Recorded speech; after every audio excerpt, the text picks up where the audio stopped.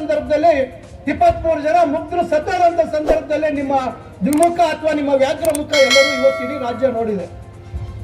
ಇವತ್ತು ಕೈಗಾರಿಕಾ ಪ್ರದೇಶದಲ್ಲಿ ನಾನು ಎಲ್ಲೂ ಯಾವುದೇ ರೀತಿ ನಾನು 1 ಸೆಂಟಿಮೀಟರ್ ಜಾಗ ಆ ರೀತಿ ದುರಾಸೆ ಆ ತರದ್ದು ಏನು ಕಬಳಿಕೆ ಮಾಡ್ತಕ್ಕಂಥ ಉದ್ದೇಶ ನನ್ನಲ್ಲಿ ಇಲ್ಲ, ಸದಾ ಯಾವತ್ತೂ ಇಲ್ಲ. ಆ ರೀತಿ ಏನಾದ್ರೂ ಉದ್ದೇಶಗಳಿದ್ರೆ ಅದು ನಿಮಗಿದೆ ಬಿಟ್ರೆ ನಮಗಂತೂ ಖಂಡಿತ ಆ ಉದ್ದೇಶಗಳಿಲ್ಲ.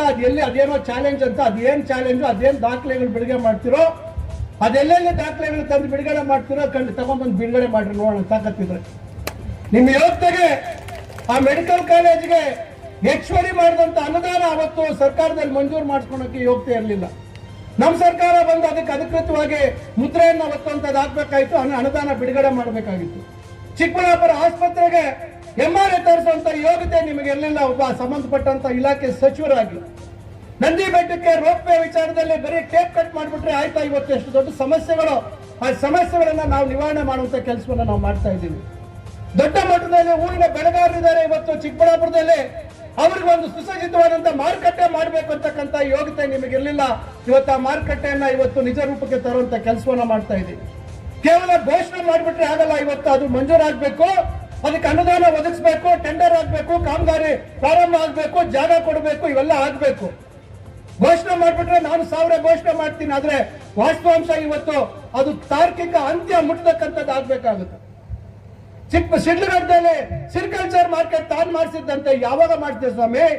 ನಿಮ್ಮ ಸರ್ಕಾರ ಏನೋ ಬಜೆಟ್ ಏನು ಚುನಾವಣೆ ಮುಂಚಿತವಾಗಿ ಘೋಷಣೆ ಮಾಡಿದ್ ಬಿಟ್ರೆ ನೀವು ಮಾಡಿದಿಲ್ಲ. ಮತ್ತೆ ನಾವು ಅದಕ್ಕೆ ನಬಾರ್ಡಲ್ಲಿ ದುಡ್ಡು ಕೊಡಿಸುವಂತದ್ದು ಮಾಡಿದ್ವಿ. 2 ಹಂತದಲ್ಲಿ ಆಗ್ಬೇಕಾಗಿದ್ದನ್ನ ಒಂದೇ ಹಂತದಲ್ಲಿ 200 ಕೋಟಿಗೆ ಮಾಡಿಸಿರ್ತಕ್ಕಂಥದ್ದು ನೀವಲ್ಲ, ದಾಖಲೆಗಳಿದ್ದಾವೆ. ಅವ್ರು ಮಾಡಿದ ಕೆಲಸಕ್ಕೆ ಟೇಪ್ ಕಟ್ ಮಾಡಿದಂತೆ, ನಿನ್ನ ಕೆಲಸಕ್ಕೆ ಯಾವ್ದು ನಾನು ಟೇಪ್ ಕಟ್ ಮಾಡಿಲ್ಲ. ನನ್ನ ದೊಡ್ಡ ಪಟ್ಟಿ ಇದೆ. ಇವತ್ತು ಇಷ್ಟು ದೊಡ್ಡ ಮಟ್ಟದಲ್ಲಿ ಕಾರ್ಯಕ್ರಮ ಬಡವರಿಗೆ ಇವತ್ತು ಬಡವರು ಮುಟ್ಸುವಂತ ಕೆಲಸ ಮಾಡ್ತಾ ಇದೀವಿ. ನಿನಗೆ ಜಿಲ್ಲೆಗೆ ಬರುವಂತದ್ದು ಅಥವಾ ಚಿಕ್ಕಬಳ್ಳಾಪುರಕ್ಕೆ ಬರುವಂತದಕ್ಕೆ ಪುರ್ಸೊತ್ತಿರ್ಲಿಲ್ಲ, ಬೆಂಗಳೂರಲ್ಲಿ ವಸೂಲಿ ಮಾಡ್ಕೊಂಡು ಕೂತಿದ್ದಂತ ನೀನು ಇವತ್ತು ನನ್ನ ಬಗ್ಗೆ ಮಾತಾಡುವಂತ ಅರ್ಹತೆ ನಿನಗೆ ಜನ್ಮಕ್ಕೂ ನಿನ್ಗೆ ಬರೋದಿಲ್ಲ ಅಂತಕ್ಕಂಥ ಮಾತನ್ನ ನಾನು ಹೇಳಲಿಕ್ಕೆ ಬಯಸ್ತೇನೆ. ಇವತ್ತು ಏನಿದ್ದೆ ನೀನು, ನಿಮ್ಮ ಕುಟುಂಬದ ಹಿನ್ನೆಲೆ ಏನು, ಇವತ್ತು ಎಲ್ಲಿ ಬಂತು ನಿನಗೆ ಅಷ್ಟು ಕೋಟ್ಯಾಂತರ ರೂಪಾಯಿ ಆಸ್ತಿ? ನಿಮ್ಮ ಪಕ್ಷದವರೇ ನಿನ್ನ ಕೋವಿಡ್ ಕಳ್ಳ ಅಂತ ಕರೀತಾರಲ್ಲ, ಅದಕ್ಕೆ ನೀನೇ ಸಮಜಾಯಿಸಿ ಕೊಡ್ಬೇಕಾಗುತ್ತೆ. ಯಾಕೆ ಕರೆದ್ರು, ಯಾಕೆ ಬಿರುದು ಕೊಟ್ರು ಅಂತಕ್ಕಂಥದ್ದು ನೀನು ಯೋಚನೆ ಮಾಡ್ಬೇಕಾಗುತ್ತೆ.